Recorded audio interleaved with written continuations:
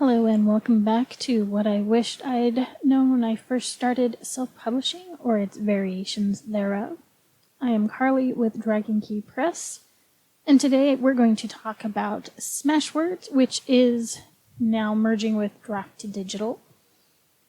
But I realized that I didn't show you guys how to actually upload anything on Smashwords, so here we go. When you first log in, and setting up an account is really easy, by the way. It's basically the same process as with all the others, the Ingram Spark, KDP, etc. But when you first log in, it'll take you to the basic landing page. So you will need to make sure you go to Publish to actually publish anything new. And it's going to give you a fantastic little checklist of things that you need to make sure you have before you go through. These are kind of things that the other places I've already shown you how to use kind of all go through, but it gives it right up front. Make sure you're the original author or the exclusive publisher of the book. Can't do public domain books on Smashwords, sorry, but it's a thing.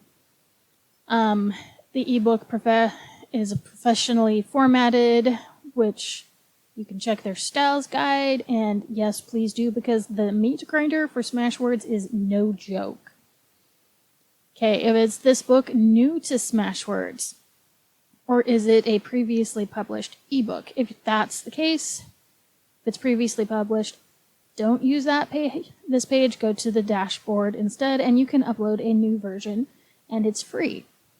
Just in case you wondered, unlike Ingram Spark, you can upload new files if you need to, and it won't charge you a dime. The other check thing, my ebook contents and artwork comply with the Smashwords terms of service and don't violate the rights of others. It's pretty standard. Feel free to go ahead and click on the link and read it if you want. I'm not going to for the sake of time, since I'm already kind of today. It's one of those things. Okay, when you're setting up your ebook, you need to check your language. I'm going English. This one I'm going to say is Moving the Zoo because I haven't done the ebook of it yet. It wants a short description and a long description. Well, I'm kind of lazy and I didn't pull up all of this information like I should have beforehand. Shame on me. So let's see if I can find it on Amazon really quick so I can basically copy and paste it all over. Oh hey, look, there it is. While that's loading, I'm going to kind of just chill here, copy it, and paste it over. I mean, there really isn't a long description for this book, but it wants a long one and a short one because the short one is kind of what it puts in its quick catalog of sorts, whereas the long description is what you see when you actually click on the link.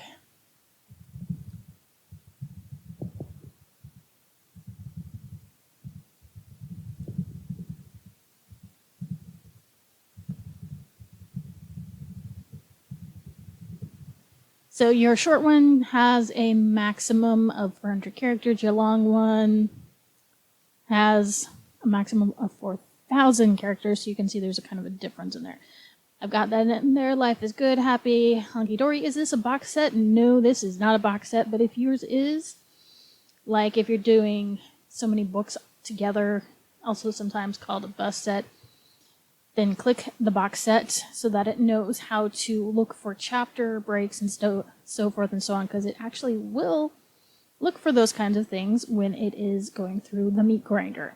If you haven't put in a topical or a table of contents, it will create one for you, and it does that by looking at either the different books in there or the different chapters, and it's very specific about how you actually format those.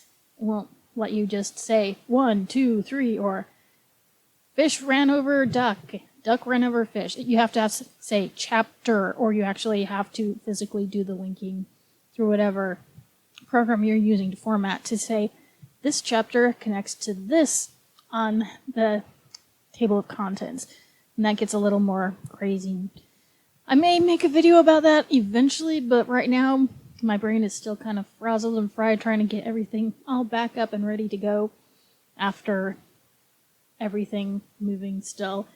I had a backlog of videos that I had recorded previously that I've kind of been using as my buffer, and I run out. So this is me being somewhat flustered as I try to get back on track. Anyway, release date. This is going to be for immediate release because its counterparts in hardcover and paperback are already available, but you can make it a pre-order by giving it a future release date. This is a really great idea, especially if you haven't already released your book, so you can add this as a, hey, you can buy it beforehand at da-da-da-da-da, and help drum up business and stuff. We'll talk about that more in the marketing section. All right, we are going to say audience targeting. This book is appropriate for all ages, but you can mark mature themes that make it only appropriate for adults. This is going to be anything that is not young adult and below, and especially anything that contains adult or suggestive content. Otherwise, if it's, anybody can read it and it's fine, stick to the appropriate for all readers and all ages. All right, primary category. Here you get a crap ton of different kinds of things. You got essays and fiction and 50 million different genres. I need the children's books. So this is going to be kind of interesting. I have to figure out which one I want to use because, hey, it actually goes specific as to specific animals. So there we go. But you can actually, again, add additional categories, just like in all the other ones. And I'm not going to go with animals on this one because, we don't want to do too many animals. So I'm going to try and find something that does kind of fit in differently. So we're going to say this one's concept sounds because, these are kind of sounds he's imagining these animals make. And in this one, you get to add the fun little tags that help describe your book. But you can only have 10 per book. So we're going to say animals, imagination, children, because it has children books. We're going to say zoo animals, moving, because they're moving. We'll add moving house because that kind of adds that. Let's see, sounds, because hey, animal sounds. And I can't think of any others for this one, so we're going to go on to the next one. Anyway, now you have the chance to decide how you want to charge for your book. You can make it free. You can charge a specific amount, or you can actually let your readers determine the price. It basically lets them pick any price to pay for your ebook. I'm going to go for a specific because I can. I'm just going to say $3.99 because that's an arbitrary why not. Automatically, it will show you how much you get, how much they get, and how much it costs for them to do all their wizardry magic. Techno-wizardry, or whatever you want to call it. But as you can see, you get the majority of that. And that's one of the great things about ebooks. Because you don't have to worry about printing fees. You just have that little transmission, transaction, whatever fee. They take their teeny little cut, and then the rest is yours. All right, you can now decide, hey, do you want to allow them to have a sampling of your book? If so, how much are you wanting them to sample? And 15% is about their standard. I'm going to leave it at that. You have other additional pricing controls that you can use. Global pricing, the pricing manager, premium catalog right here. Once it's approved for it, meaning it's gone through the grinder, been approved, and everything's happy honky-dory, it will allow it to actually be put on library-specific platforms, which, of course, means that those retailers will take a bit of a bigger cut, but your cut is still pretty good. I mean, 60%. You won't even get that for traditional publishing. And then, of course, library sales via platforms such as Overdrive. The library platform will take a bigger cut, and you'll only get about 45%, but still, that is really good considering compared to traditional stuff. All right, now we're going to go and actually say, hey, we need to put up our cover and our interior. So you're going to upload final manuscript only in either Word or EPUB. It will not take drafts, and it will not take PDF. This is one of the things I'm not as happy with them about, is because, hey, the other ones you can do PDF, but this one you have to actually do Word format. And then you can look and you can see, hey, here are their requirements. They, like I said, they either take EPUB or Word documents. So, yeah, it's fun, but it's got to be the final format. It cannot be a draft. If your manuscript is not final, you can say, hey, I will upload my manuscript or cover at a later date. And there's nothing wrong with that. The same thing kind of goes with cover art. Gives you an idea of what is and is not appropriate. They just want that front cover image. They don't want it wider than tall. They don't want the front and the back. They don't want that 3D look that you sometimes get on like Amazon. They just want outright the cover image. And they actually do have a size requirement, so keep that in mind. But typically speaking, you can use whatever it is you got for everything you've already done. So I am going to actually see, this one is my interior file, so let's see if I can figure out where I hid it. If my computer will wake up enough for me to do it. Get my lovely process all over again. Where did I hide you? Somewhere in all of this, I actually put stuff up and rearrange things. See, this is what happens when you don't record for a hot minute. You kind of lose an idea of where everything is. So, trying to figure out what I did with my Word version. Supposedly here somewhere. We'll say I'll upload it later. Maybe. If I'm going to do that, I have to change my release date. Excuse me real fast as I go back and change that. It's not going to hurt anybody if it comes out a little later. It hasn't come out previously. So, we're going to make you a pre-order. We're going to tell you people you're actually going to come out on this date because, hey, why not? And then we're going to rush through all of this stuff. Sorry, I am so scattered today. This is one of those things that happens when your brain just goes and you're just like, okay, here it wants kind of an idea of the word count or anything like that. Honestly, I'm not sure what my word count is, but I'm going to say it's about 500 words because this is a kid's book. 1,000 at the absolute most. So, we are going to say, since we're not loading it up today, next. Alright, here's where you go to the whole ISBN. Well, I have the option of saying I don't want to assign one right now. I want to use their free one, which means they are the publisher of record, or I have one. Well, I don't have mine ready to go, so I'm going to do it later. Now you get to say, hey, here's the publishing rights. I agree that my final formatted script will be up 10 days before the release date. So if you're doing a pre-order, just remember, your fully ready to go book has to be uploaded here no more or no less than 10 days before the release date.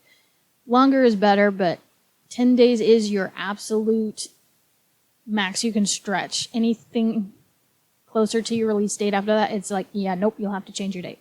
And it will actually kind of send you reminders and saying, yo, need your manuscript. Anybody there?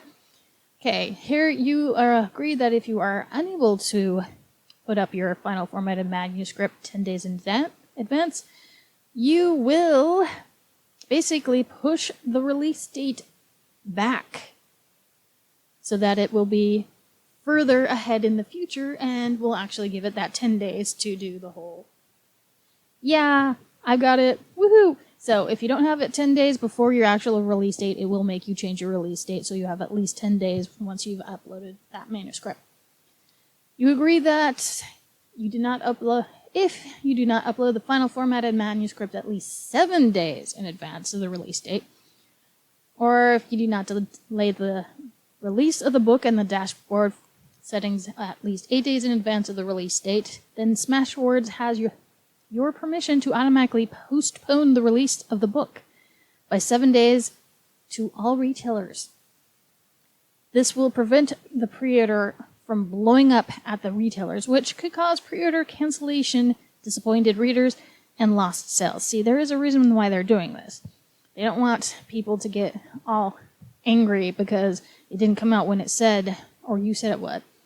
And if you have to change the date, just make sure you let everybody know the date had to change. Just give everybody that heads up. It's the nice thing to do. And here you are agreeing that if Smashwords must automatically postpone your release multiple times because you failed to delay your release date because you didn't get your manuscript in on time, or you missed the multiple upload deadlines, which they will email you about, Smashwords has your advance permission to cancel your pre-order. AKA, you'll have to start all over. And it's not going to come out when you said it would. So please make sure you have your stuff ready to go by the time you have 10 days before your release date so you don't run into this problem. Okay, terms of service, pretty standard. You are the original author and copyright holder of the work or the exclusive authorized publisher. This ebook does not violate the terms of service. You agree to abide by Smashwords' terms of service as they were last updated, and you authorize Smashwords to publish, distribute, and sell the work in the Smashwords store and at Smashwords retailers and library platforms per the pricing terms set forth above. Yes, I agree. Publish! Woohoo! Okay, now some things that it's going to tell you automatically. It is waiting for you to make some modifications to include in Smashwords catalog. In my case, I actually have to upload the manuscript and the cover. Once I've got that, it will go through its meat grinder and then decide whether or not it needs any formatting changes. If it does, it will let me know via email. If it is good to go, it'll say, congrats, you're good to go. Woohoo! You can be in the premium catalog, which is very important for Smashwords, believe me. And right now, I am also missing an ISBN, which means I need to go into my ISBN manager to put in an ISBN, which I will do later, but I'll show you kind of what it's talking about because you're going to probably want to do this anyway. But if you don't assign it an ISBN or say you want the free one, it will not distribute on Apple, Kobo, Overdrive, Gardeners, and any of the who knows how many other ones they have. But here we go. Here is the ISBN manager. As you can see, I've got ISBNs for all of my other books that I have previously uploaded in their various incarnations. Right here is the newest one. As you can see, no cover, just the author. It's supposed to be published on. Here I don't have my ISBN. Here's not a source yet. Some of these you see I did a free ISBN on. And the date it was assigned. You'll just click on the plus button. Here it gives you the, hey, I want a free ISBN, or hey, I have my own ISBN. And then you will put it in, say review it. It will make sure it's actually not used by some other form, because even with ebooks, they sometimes get anal about ISBNs based off of which format of ebook, because there's like 50 million formats, apparently. So just keep that in mind. You may have to use a new ISBN number you have not previously used to publish any of your books. And then you'll click review. It says, yay, it's good. You click OK. Woohoo! And then once everything's happy, honky-dory, you'll actually be able to go to your dashboard. And if you don't have something waiting for you, you won't have this, but since I do and we already know what they are, it'll show me this, and then you can look and see all of your different stories. It will give you the library price. Some of these I just say, they can do it for free. Some of them like, no, you can't do it for free. But as you can see here, it says premium approved. This means it's been approved and went through their meat grinder and life was good, so it's on their premium catalog. The last time it was updated, the date it was first published. If it's in anybody's libraries, it will show you how many libraries it's in. And then if you need to go back in and change anything, we're going to pretend we're going to change on this one. You just can go under settings, and it will give you all of those things that you needed to when you were actually putting it all together in a more concise format that you can just kind of look through and see what it's doing. See, these are the ebook formats it's actually going to show or sell in, unless you tell it not to. And then you have the option of actually saying which ones you do and do not want in case you went ebook through like KDP or Ingram. But EPUB, Kindle, PDF, Sony Reader, Palm Doc, plain old text, an online reader, that kind of thing.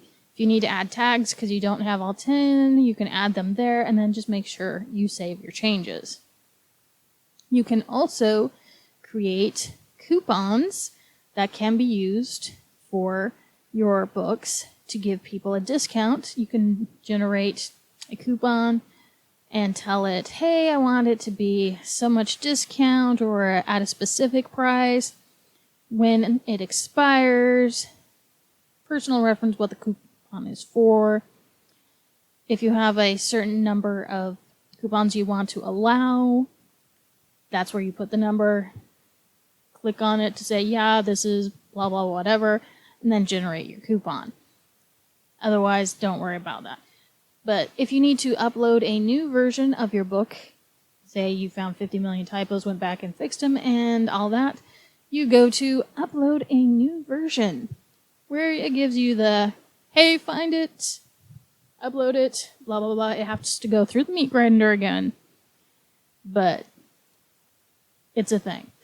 Until it goes through the meat grinder, it will actually still sell the old version until the new version is approved, in case you had any questions about that. A few little things in case you wanted to kind of look at it around here. Your account stuff. You can manage any delivery of you buying and reading books, view any purchases, view your library. They have a new account, two-factor authentication for your account. You can edit your information, do interview things, all kinds of fun stuff. Your profile is basically how people see you online and kind of give you a catalog of everything they have there. The different tags that you use, the ones that you use a lot are bigger than the ones you don't use as much. But it's a lot of information that you can actually put on there. And then they have an area where you can actually do podcasts, listen to podcasts, and all that kind of stuff to kind of get a better idea of how things go for everything else. Anyway, so that's kind of how to upload to Smashwords and a few extras as well. Smashwords actually is pretty good in regards to different types of books and stuff. As you can see right here, it's got like 21 billion books on there. Yeah. And there are free books on there. There are books that are currently on sale. And, you know, even if you don't actually use this to publish with, there's a lot of good stuff on there. But I personally recommend it for ebooks because it distributes it to a lot, unless you decide to do like Ingram Spark.